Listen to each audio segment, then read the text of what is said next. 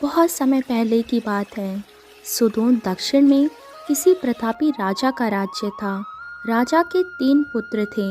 एक दिन राजा के मन में आया कि पुत्रों को कुछ ऐसी शिक्षा दी जाए कि समय आने पर वो राजकाज संभाल सकें।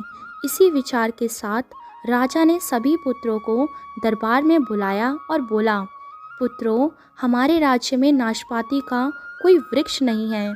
मैं चाहता हूँ तुम सब 4-4 महीने के अंतराल पर इस वृक्ष की तलाश में जाओ और पता लगाओ कि वो कैसा होता है।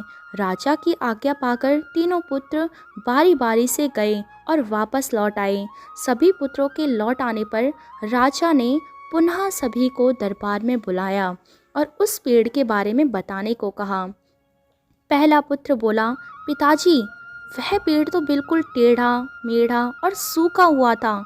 नहीं नहीं, वो तो बिल्कुल हरा भरा था, लेकिन शायद उसमें कुछ कमी थी क्योंकि उस पर एक भी फल नहीं लगा था।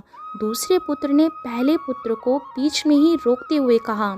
फिर तीसरा पुत्र बोला, भैया, लगता है आप भी कोई गलत पेड़ देखकर आए हो, क्योंकि मैंने सचमुच नाशपाती का पेड़ देखा तो बहुत ही शानदार था और फलों से लदा पड़ा था।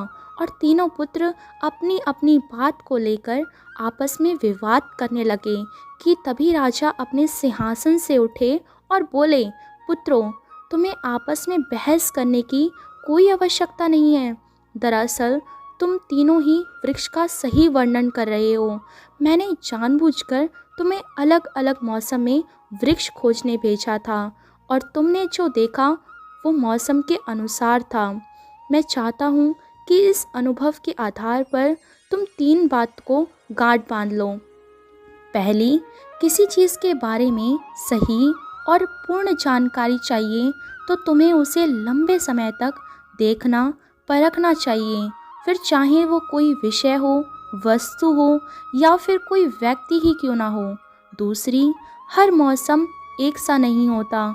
जिस प्रकार वृक्ष मौसम के अनुसार सूखता, हरा भरा या फलों से लदा रहता है, उसी प्रकार मनुष्य के जीवन में भी उतार चढ़ाव आते रहते हैं। अतः अगर तुम कभी भी बुरे दौर से गुजर रहे हो तो अपनी हिम्मत और धैर्य बनाए रखो। समय अवश्य बदलता है। और तीसरी बात, अपनी बात को ही सही मानकर उस पर अड़े मत रहो। अपना दिमाग खोलो और दूसरों के विचारों को भी जानो। यह संसार ज्ञान से भरा पड़ा है। चाह कर भी तुम अकेले सारा ज्ञान अर्जित नहीं कर सकते। इसीलिए भ्रम की स्थिति में किसी ज्ञानी व्यक्ति से सलाह लेने में संकोच मत करो। तुम्हारे विचार ही तुम्हारे कर्म हैं।